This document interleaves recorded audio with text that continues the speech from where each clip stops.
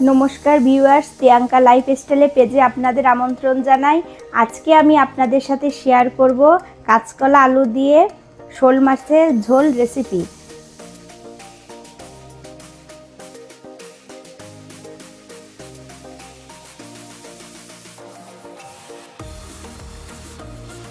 প্রথমে আমি রেসিপিটি তৈরি করার জন্য শোল মাছে পরিমাণ মতো লবণ, পরিমাণ মতো হলুদ গুঁড়ো দিয়ে মাছটা আমি ম্যারিনেট করে নেব।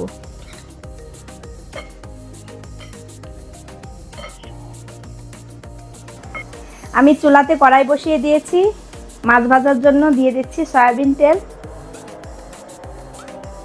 তেল গরম হয়ে গেছে, এখন আমি মাছগুলো ভেজে নেব।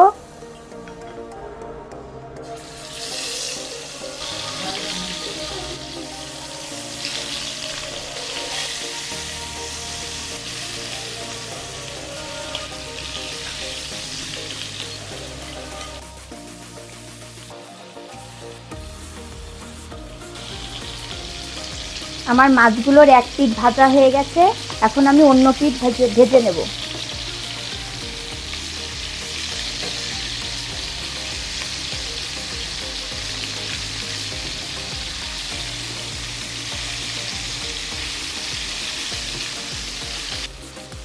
মাছ ভাজি হয়ে গেছে, এখন আমি নামিয়ে নেব।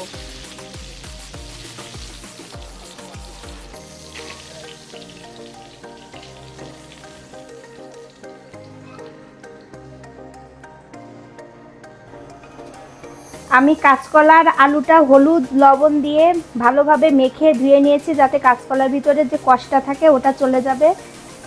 এখন আমি মাছ ভাজা তেলের ভিতর 2টা শুকনো লঙ্কা, তেজপাতা, আস্ত জিরে ফোড়ন দিলাম।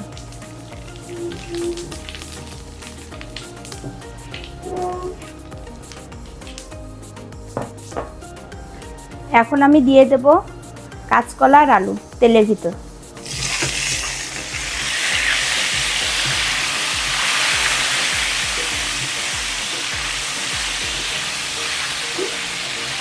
কাঁচকলার আলুটা আমি একটু হালকা করে ভেজে নেব, তারপর আমি মশলাগুলো এর ভিতর দিয়ে দেব। কাঁচকলা আর আলুটা আমি হালকাভাবে ভেজে নিয়েছি, এখন আমি দিয়ে দেব পরিমাণ মতো লবণ। চুলার আঁচটা লো মিডিয়াম আঁচে রাখবো, যাতে মশলাটা পুড়ে না যায়। পরিমাণ মতো হলুদের গুঁড়া,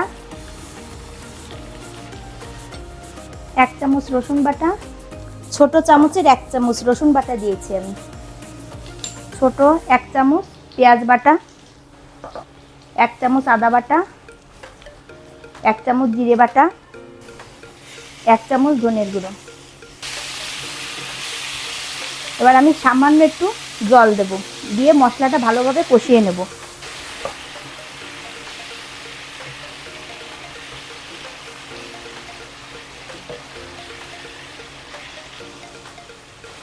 আমি সামান্য শুকনো চালের গুঁড়ো দিয়েছি।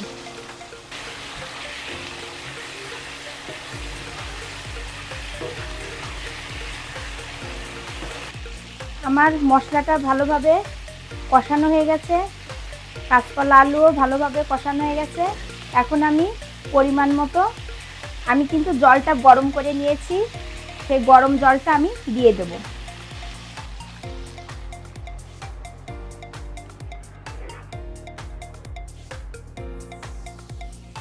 যেহেতু কাঁচকলা তো ঝোলটা টেনে যেতে পারে, তাই আমি জলটা একটু পরিমাণে বেশি দেব। টমেটোর টুকরো দিয়ে দেব, চেরা কাঁচা ঝাল দেব।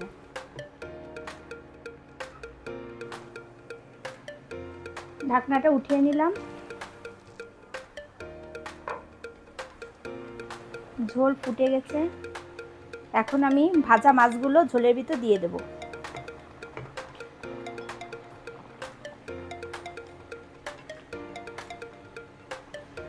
কাঁচকলাগুলো আমার সিদ্ধ হয়ে গেছে, এখন আমি ঢাকনা দিয়ে আরেকটু ফুটিয়ে নেব।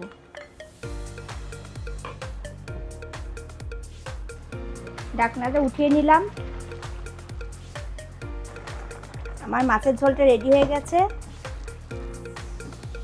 নামানোর আগে আমি জিরে, দারচিনি, এলাচ কড়াইতে তেলে আমি মিক্সারে গুঁড়ো করে নিয়েছি, সেইটা 1 চামচ দিয়ে দিলাম মশলাটা।